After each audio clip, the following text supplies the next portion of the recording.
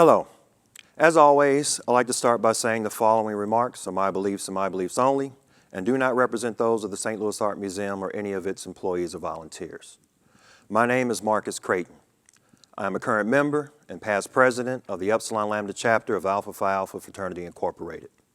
I bring greetings on behalf of Alpha Phi Alpha, the oldest collegiate-based Black Greek letter fraternity founded on the campus of Cornell University in Ithaca, New York, on December 4th, 1906. The Upsilon Lambda chapter was chartered on December 3rd, 1919, and has served the St. Louis community for over 100 years. While we have been living in interesting times, today we celebrate our dear fraternity brother, the Reverend Dr. Martin Luther King, Jr. We have been working in partnership with the St. Louis Art Museum now for over 10 years on this annual MLK event, and as always, it is my honor and privilege to participate. Each year when bringing remarks, I ask two very simple questions, mostly to get us to think. The first, if Martin Luther King Jr. were here today, what would he think about the state that our country is in? And after much reflection, I think he would be frustrated that the same issues of racism, hate, and bigotry that he faced some 65 plus years ago, we are still facing today. How is it we have made so little progress? Why are those promissory notes given to us in the Constitution and Declaration of Independence still sitting on the desk of our nation's leaders and still marked insufficient funds? Instead of taking steps forward to see that the checks cleared as Dr. King believed we would, we have actually taken steps backwards, especially over the last 4 years.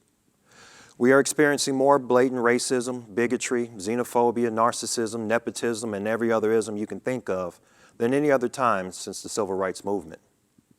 He will want to know, how did we get here? He will want to know why the wealth gap between black and white Americans is actually widened, where the average black family has an average household net worth of $17,000, while the average white family has an average household net worth 10 times greater at $170,000. Why is it that this year alone, we have tens of millions unemployed, record small business closings, 5-hour-long wait lines at food banks, yet our nation's billionaires have added $1.8 trillion to their bank accounts? Why?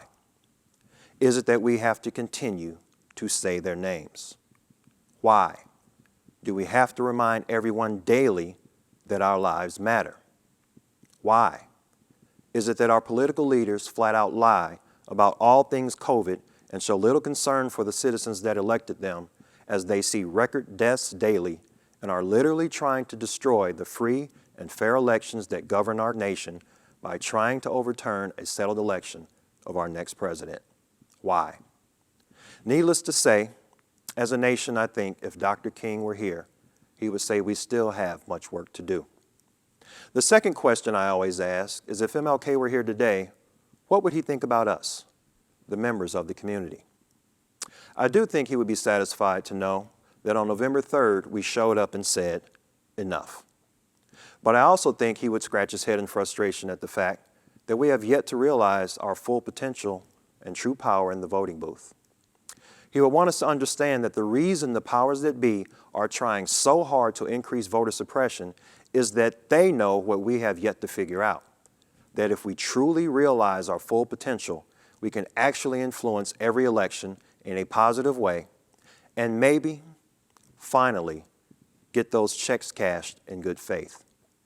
He would want to know, are we working together to move our country closer in realizing his dream? Or are we as a community, just like the nation as a whole, divided?